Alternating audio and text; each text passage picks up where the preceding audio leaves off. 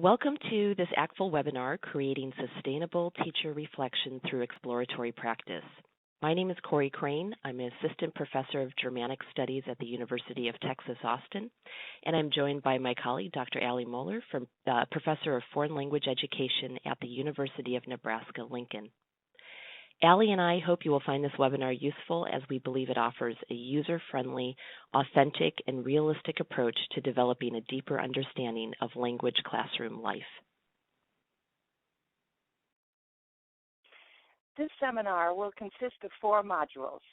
We will begin each module with can-do statements that provide learning targets that make transparent what you will know and be able to do at the end of each module and at the end of the entire webinar. Let's begin by reviewing our learning targets. I can explain what exploratory practice is and the benefits it affords my understanding of my own teaching and student learning. I can formulate a question or puzzle to better understand my own teaching practices. I can identify and make use of resources to inform my understanding of my own teaching. You will notice that each of these can-dos contains the word own, emphasizing exploring your own teaching. These can-dos have been purposefully stated this way in order to underscore what's at the heart of exploratory practice. That is, that you, the language teacher, want to better understand your own teaching, your beliefs, and your teaching practices. Ideas, knowledge, and actions emerge and come about as a result of the desire to better understand a concept, a problem, or an event. In our daily authentic lives, when we seek to better understand something, we generally reach out to friends, neighbors, perhaps family, the web, perhaps Google it, review research, consult with professionals, or we simply watch and listen to what others have to say or do. This method of better understanding is an authentic way of approaching and increasing knowledge. Exploratory practice essentially uses the same approach, but merely shifts the context to your classroom. How can I better understand my teaching, how my students learn, or how to create a learner-centered classroom? As full-time educators, it's not always realistic or feasible to conduct scientific or formal research or even action research, as it requires time and skills that may be too overwhelming in your already busy professional lives. In this webinar, we will take you through 4 modules, each building on the previous one, that address different angles of exploratory practice. We'll start by first explaining what this model of exploratory practice is all about. What are its goals? How can we as teachers benefit from doing exploratory practice? In the second module, we'll provide you with some examples of questions and puzzles that teachers who have worked with exploratory practice have used to give you an idea of some of the directions that you can go in. Our third and fourth modules will focus on finding meaningful resources for understanding your classrooms, integrating your learners in the reflective process, and making reflection sustainable. We hope that through this webinar, you'll feel comfortable setting up and developing your own exploratory practice, reflective practice with your students and other teachers. We also highly recommend that you watch this webinar with a fellow teacher. There will be points throughout all 4 modules for you to process and reflect on the information presented, and we see dialogue with other interested teachers as supporting the learning goals of this webinar and very much in line with exploratory practice's concern for collaboration. In this first module, we'll introduce you to the model of exploratory practice and explain what the framework looks like, how it's different from other popular reflective teaching frameworks, and what exploratory practice's guiding principles and constructs are. So let's get started. Here is a definition that captures the essence of what exploratory practice is.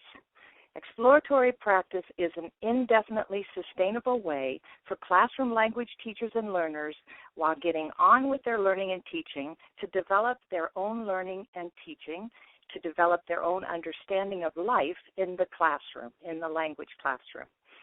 This definition underscores that understanding occurs while getting on with learning and teaching. It is not an interruption of the teaching process or even an add-on, but rather an integral step that occurs during and after teaching and learning. It echoes what Donald Chern calls reflection in action and reflection on action, cultivating the skill of observation and inquiry into your own teaching and learning.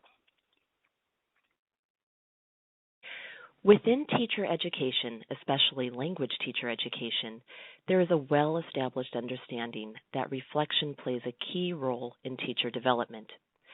And we know that this reflective process is really a non-linear process whereby a teacher explores and examines his or her beliefs and classroom practices against generalized knowledge. As we develop ourselves as teachers, we often return to our prior understandings and questions, revisiting them now from a new and often deeper or more expansive perspective. As our knowledge grows, the path often looks more like a spiral than it does a straight line, and often we experience new spirals of understanding that shoot off from our original questions.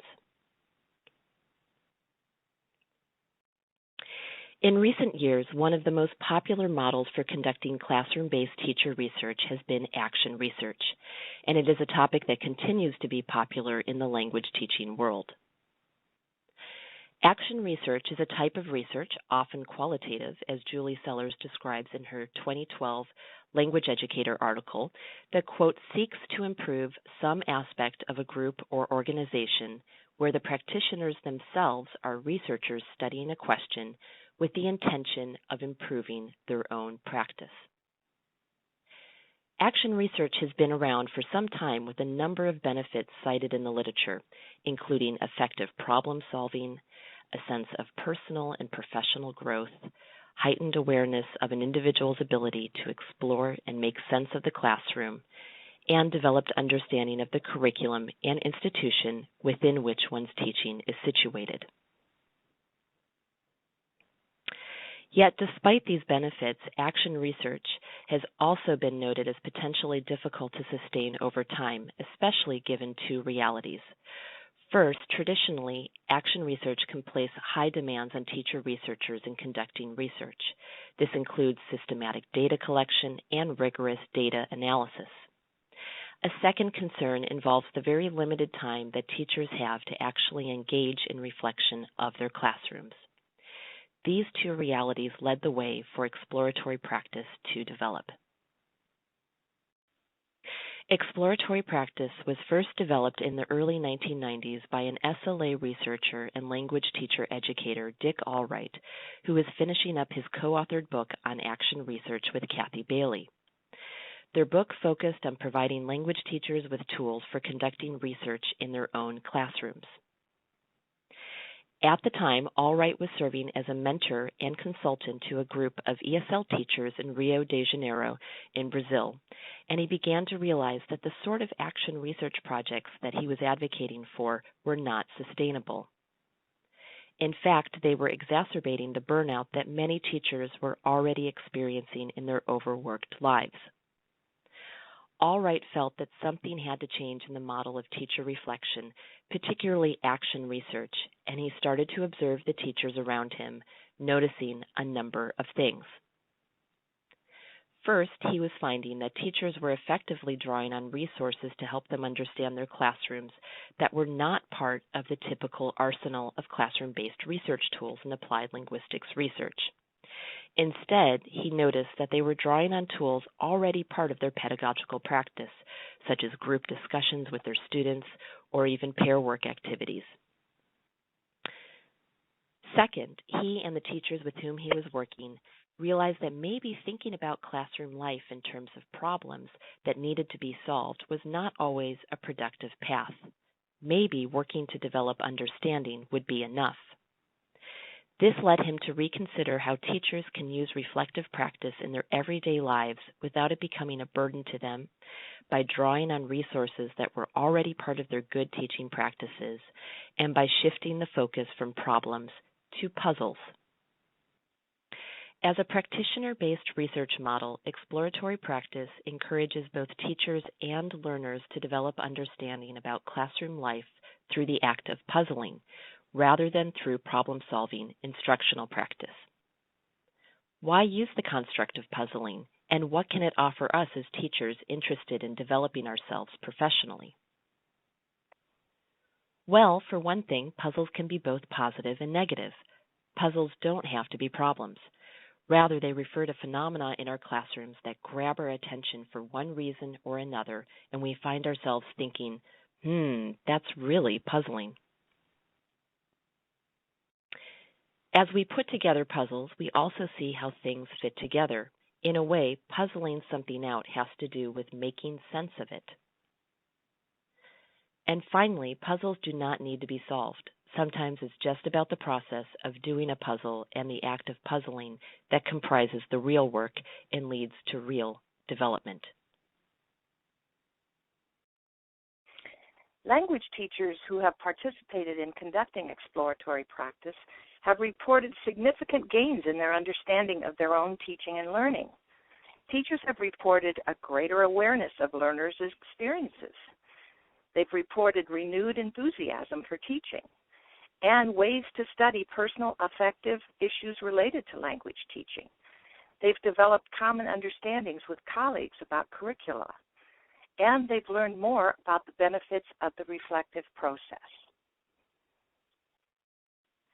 Teachers as well as students are both directly involved in the research or inquiry work. Exploratory practice seeks understanding tied to the notion of development, and as Corey said, not necessarily solutions. Exploratory practice's motto is, we research our practice, compared with academic researchers whose motto is, I research your teaching. To give you an idea of the sorts of puzzles a teacher might have, let me share with you some questions that have appeared for me just this semester in teaching beginning level German. For example, I've been wondering the following. How do I really know if my students understand me when I speak German in class? How does speaking occasional English in class impact my students' learning of German? I have more international students this year than in years prior, and so I've also been wondering what kind of support do my international students need from me in learning German as a third language or as a fourth language? And finally, how can I maintain high expectations of my students while still showing an understanding for aspects of the course that they struggle with? I want to point out that these are not questions that I don't already have some knowledge and opinions about. I'm even familiar with the scholarship for some of these topics, and in fact, if you were to ask me about them, I'd have a lot to say about all of the questions. But I still find them puzzling, and I find them really important for my current practice as a teacher. So now we'd like to talk about some important guiding principles outlined in exploratory practice. These are not meant to be prescriptive rules, but rather serve as reminders for how to conduct ecologically based and meaningful reflective practice. So let's take a look at each of these a bit more closely. The first two principles are considered the most important in exploratory practice. Put quality of life first and work primarily to understand language classroom life. These principles are about conducting teacher inquiry in a way that respects the classroom and everyone who is part of it. It does not place emphasis on improvement and problem solving, but rather suggests that understanding what happens in the classroom should be our starting point. Principles 3, 4, and 5 all take up the issue of collaboration and mutual respect. Involve everybody. Work to bring people together. Work also for mutual development. Our puzzles should both support us and our learners. As teachers, we have to take care not to simply take what we're learning and keep it to ourselves, but in fact allow the learners to be part of the process. The sixth principle states that we should integrate the work for understanding into the classroom practice. This principle is about drawing on our own learning environments as resources for investigating learning and teaching. So instead of looking to outside research tools and methods, teachers should make use of pedagogical tools that they're already familiar with and already using in their classrooms to develop understanding about particular questions. The final exploratory practice principle refers to the core issue of sustainability. Make the work a continuous enterprise. Here we're concerned with developing and exploring puzzles that do not lead to burnout, but keep the momentum going in a healthy and sustainable way. We'd like to give you some space now to really think about the 7 principles that inform exploratory practice that we just presented. And we'd like you to think about which of the 7 principles you find particularly interesting or compelling. Are there certain principles that speak to you more than others, and why? And as an advanced move to this exercise, we suggest taking 1 or 2 of the principles that you find interesting or challenging and asking yourself the following questions. What does the principle mean to you? What do you find intriguing, interesting about the principle? Do you find anything challenging about the principle? Do you have any questions about it? Please pause the webinar for as long as you need to reflect on these questions. As mentioned earlier, exploratory practice resembles an approach we use in our own lives when we are trying to better understand our daily lives. We seek counsel or information from friends, family, neighbors. We Google it. We might consult with experts. All of these strategies are precisely those that are used in exploratory practice, except the context is your classroom.